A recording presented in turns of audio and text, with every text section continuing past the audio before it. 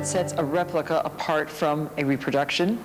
Well, Eli Wilner of Eli Wilner Frames says that it is the quality of the workmanship first, and secondly, and almost more importantly, the quality of the finish.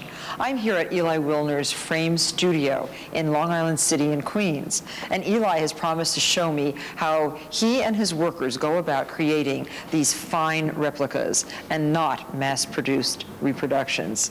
And sometimes you said, Eli, that the replica takes almost as long as the original to make. At least as long. It does. Because the original sometimes would have a mass-produced element to it, and these never do.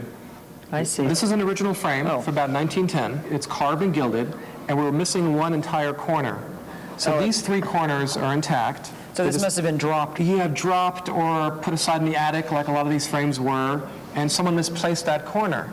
So we had a choice of casting the corner or carving it, and we chose to carve it. But it was originally wood carving. It was originally carved. And where was this made? This was probably made in Boston in about near 1908, 1910. It's one of the most beautiful carvings I've ever seen. It has such liquidity to it. Yes, it does. It's really gorgeous. And you can see some of the missing areas that will be filled in and gilded. When this is completed, you will not know that this frame had ever had any damage to it at all. And what kind of wood is this? This is basswood, and we use it throughout our entire process of replacing sections of wood in a frame because it does not move. The humidity and temperature will not affect it like other woods. And in the skilled hands of someone like Felix, With what ease he is carving. I think Felix is one of the greatest carvers in America. He does wonderful work. And what is Raoul doing over here? Well, this is a very important part of the entire process. This frame is an applied ornament and gilded frame. These frames in the 19th century always applied ornament. What do you mean applied? They're actually composition made out of a type of plaster that was applied to the wood underneath. These were not carved, and I would say 98% of all the frames made in the 19th century were cast ornament. It actually is a wooden substrate, and these elements were applied to it. I would much rather carve a section than to work with this process. I'll show you why. This blue batter is a silicone rubber material, similar to what you'd use to make a dental pattern for our dentures. And the reason we're using that is that we have a missing corner here.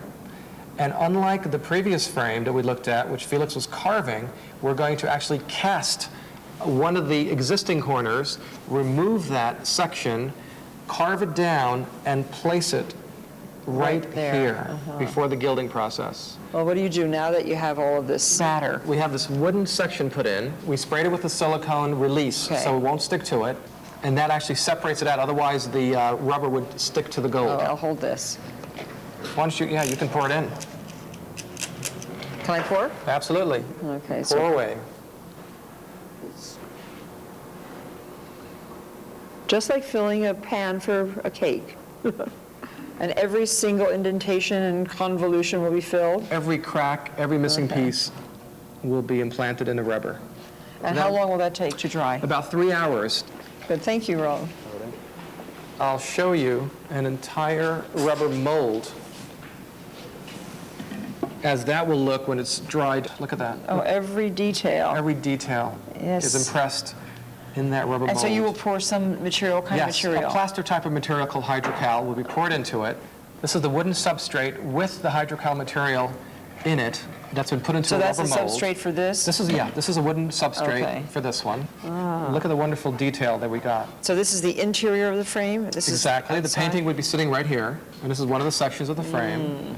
Oh, great. This is a Stanford white design, similar to what we looked at previously on the doing. Note how the rubber mold is actually sharper. Yeah, it is. So what we will do is, with very fine knives, we will come in and chase each detail to get that crispness. What about the next step in this amazing process of Follow me, illustration? and I'll show you some more process. Well, now we're in another room, and the process continues in the gessoing and gilding. Isn't that what we're doing now? Maybe as many as 10 layers of gesso will be applied, each one drying in between. As you can see, this one section has been done, and after this process is complete, we'll be going on to put clay on it. What's that for? Gold is actually translucent, so the color of the clay will change the way the appearance of the gold looks to your eye. So this warm color is going to come through it. Yeah, on this frame, it's like actually an orange clay, and you can see how the whole frame has a kind of an orangey cast to it. On certain paintings, this would be wonderful. Then we start the application of the gold leaf. That's right. Can you show me that, too? I'd love to show you that. Martha, this is Jose Perez. How do you do, Jose? Master gilder and finisher. He's been doing this since 1959, I believe. 59. And so you're using your static electricity, Yes. right? His beard is very important in this process. A little bit. And so that is a special brush for picking up and putting down the gold leaf. It's made out of squirrel hair. And this is what kind of gold? 22 3/4 German gold. German gold, pounded, paper thin, almost as thin as the tissue paper between which it is stored. And what do you apply on here? This is a solution of water, alcohol, with a drop of rabbit skin glue. And so why do you put down half pieces of gold? It's easier to get into the tiny crevices of the carving. Now show us how you cut the gold with your metal finger. Stainless steel. Oh, it's stainless steel. Yes. It looks so effortless the way Jose does this. How many hours will this take from start to finish? Couple of 100 hours. Takes about 4, sometimes to 6 hours, depending on the weather, to dry. And then we burnish it. And can you show us that technique too? Yes. These tools are beautiful. These are called? Agate stones. They're semi-precious stone. They're made in different shapes so we can get into the small areas of the frame. Now you're trying to shine up certain areas? Yes, the highlights mostly. That's what shines. So after you finish burnishing, how do you antique it to make it look old? This is the most important phase of the entire replication process, the finishing work. Please note how we always have the original frame on hand, and that allows us to really create wonderful surfaces on these frames. And yet it pains me to see all this beautiful applied gold being rubbed right off the Oh, steel I know what you wool. mean. And you're always looking at the original to see. Yes, yeah. I gotta make sure that I keep the rub as close as possible to the original. Now we seal the gold with shellac, thin coat of shellac. Over that, you'll be putting water-based finishing Wash, paint. what we call a wash, yes. You can see the texture beginning to show itself It as is some of the definitely. color goes into the grooves. And the perfectionist has to do front and back and edges and indentations. The frame begins to reveal itself.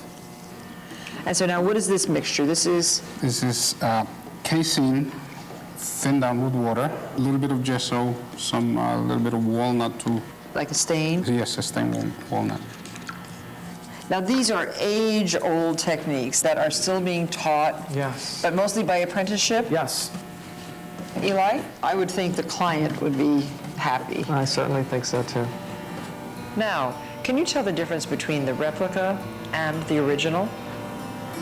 It's an extraordinary project in an extraordinary place in Long Island City at Eli Wilner's Frame Studio, where all his craftsmen are keeping alive the art of frame making, of frame replicating, and frame restoration. Thank you very much for this Thank you, Martha. most enlightening and very, very interesting It was our pleasure. discussion and demonstration. Thanks very much, Jose. Our pleasure.